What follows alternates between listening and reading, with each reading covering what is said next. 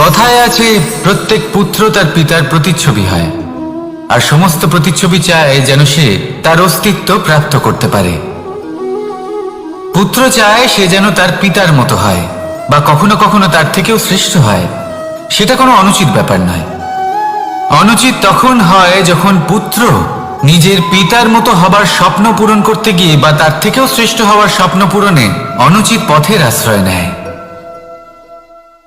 কারণ তারপরে সে তার পিতার গুণগুলি আত্মসাৎ করতে চায় না।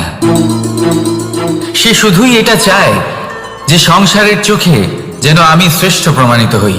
এটা অনুচিত। সংসারে এমন অনেক মানুষ আছেন যারা এই কারণে শ্রেষ্ঠ হওয়ার চেষ্টা করেন যাতে তার পরিবারে তার পিতার সম্মান বৃদ্ধি পায়।